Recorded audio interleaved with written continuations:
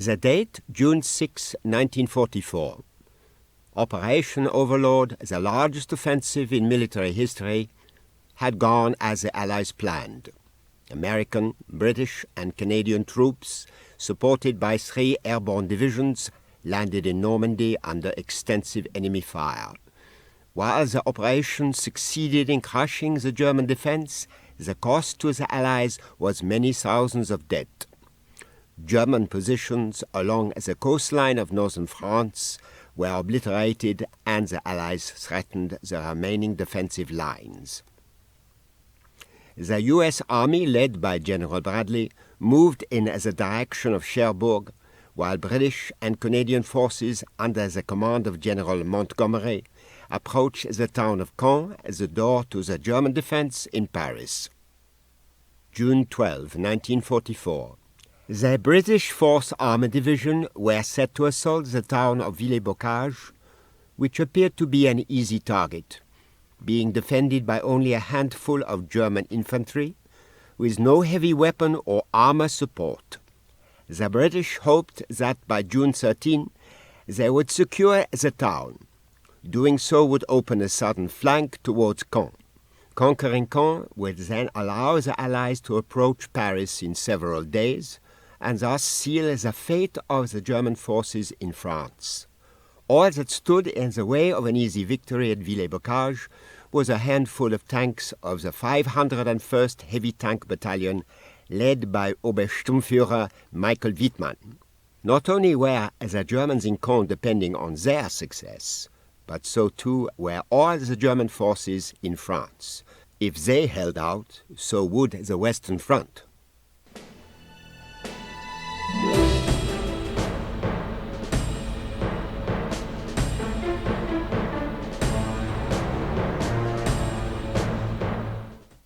Wittmann and his fellow tankmen had every faith in the Tigre, which they believed was the best tank in the world. Not because of the vigorous rhetoric from their leaders back in Germany, but because they had seen what the tank could do in battle. Whilst fighting in Kursk and in East Ukraine, packs of agile Russian T-34s had stubbornly thrown themselves at the German tanks, only to be overwhelmed by the Tigre's formidable gun and resilient armor. The group was cautiously heading towards Villers-Bocage to bolster the pitiful resistance. It was not a good time to be a German soldier, even inside the formidable Tigre. The enemy dominated the skies of Normandy.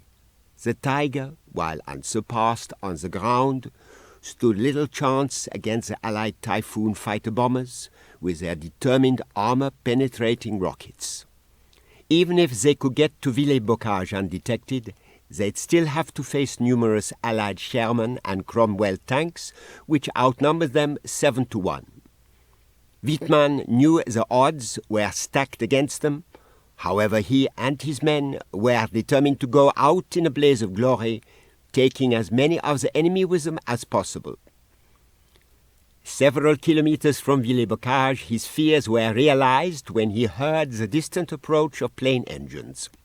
He concluded that the approaching planes were probably Allied, so he barked the order to head for cover and get the tanks out of sight. Otherwise, their mission would be over before it had begun.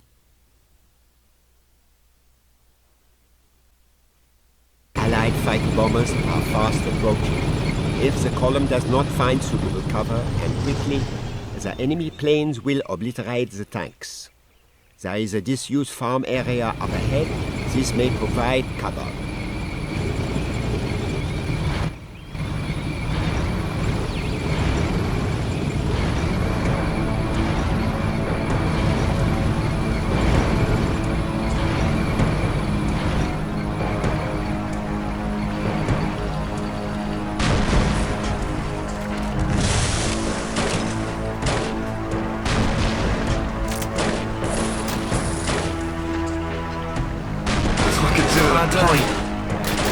These blokes turn out to be Lord. It's like the Germans want to see us stand up.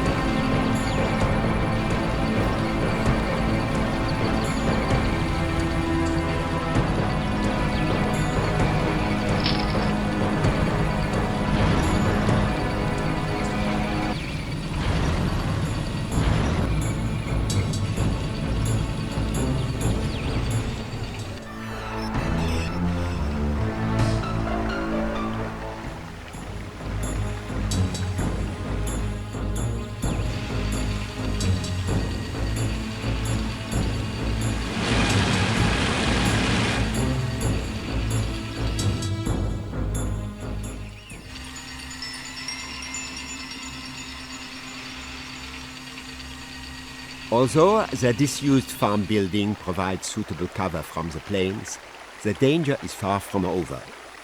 A group of British commandos have fortified the bridge up ahead. What's more, if they discover the tanks, then they will surely call back the planes via the APC radio station. The bridge must be secured and the APC destroyed. However, it will have to be handled on foot.